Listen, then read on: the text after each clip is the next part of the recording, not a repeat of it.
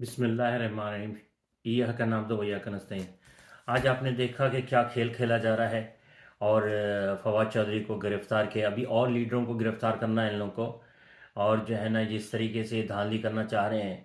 और आज इमरान खान के खिताब ने आप लोगों को एक मर्तबा फिर इनडायरेक्टली उन्होंने कहा है कि भाई रोडों पे निकलो, खुदा के लिए अब आप लोग जाग उठो।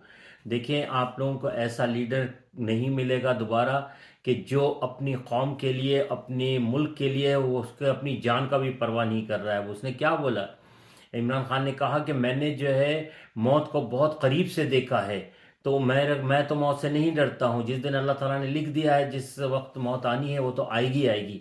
तो सिर्फ मैं जो आप लोगों से और खान साहब जो अपील कर रहे हैं वो ये है कि खामोशी से बैठे तमाशा मत देखें।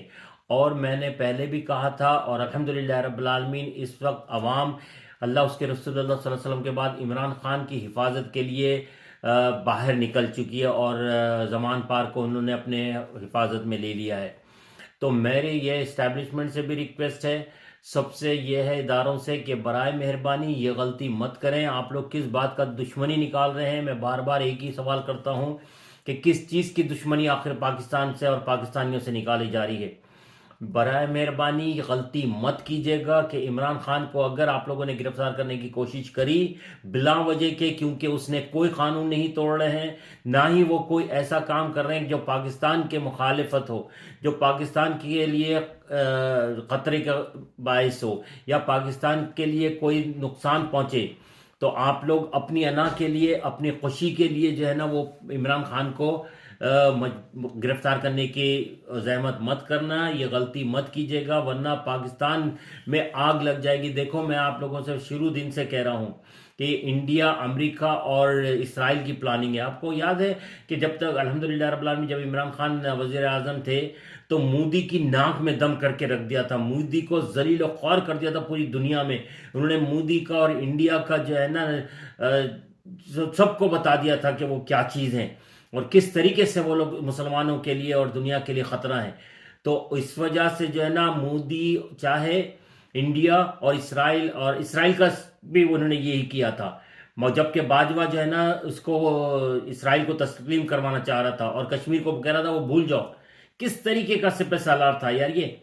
क्या बुज़दिल! मैं मेरे को तो अब तो पहले तो हम गुस्से आ रहा था उसके ऊपर ही, अयाज सादिक के ऊपर, कि टांगे कांप रही थी और जो है माथे पर पसीना पसीना था। तो वो बिल्कुल सही कह रहा था वो। इसका कबीस का जो है ना इतनी बहादुर फौज का सिपह सालार कैसे बन गया था यार।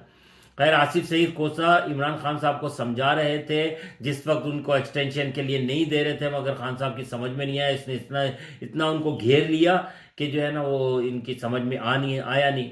उस वक्त अगर एक्सटेंशन नहीं देते और किसी अच्छे जनरल को ले आते तो आज ये हालात नहीं होते। खैर, मैंने आप लोगों से ये भी कहा था बाजवा जाने के बाद भी ये पॉलिसी चेंज नहीं होगी। इनकी 75 साल की पुरानी पॉलिसी है ये, कि ये अपने आप को अपने घेरे, अपने मुट्ठी में जो है ना बंद करके रखना चाहते हैं पाकिस्तान के जो है हुक्मरानों को। और ये लोग तो गद्दार हैं, चोर हैं, डाकू हैं, लुटेरे हैं, तो उनको तो आराम से वो खेल सकते हैं, उनके साथ जो कहते हैं वो ये करते हैं।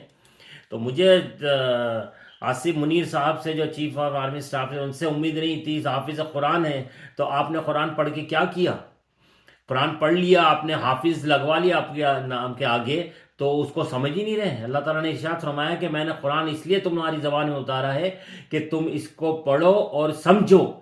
तो आपने पढ़ तो लिया मगर समझ नहीं रहे कि कुरान में लिखा क्या है, कि एक हक के साथ खड़े रहो, एक ईमानदारी के साथ खड़े रहो। और जो है ना आप लोग जो का फर्ज सिर्फ सरहदों की हिफाजत करना नहीं है, मुल्क की भी हिफाजत करना है।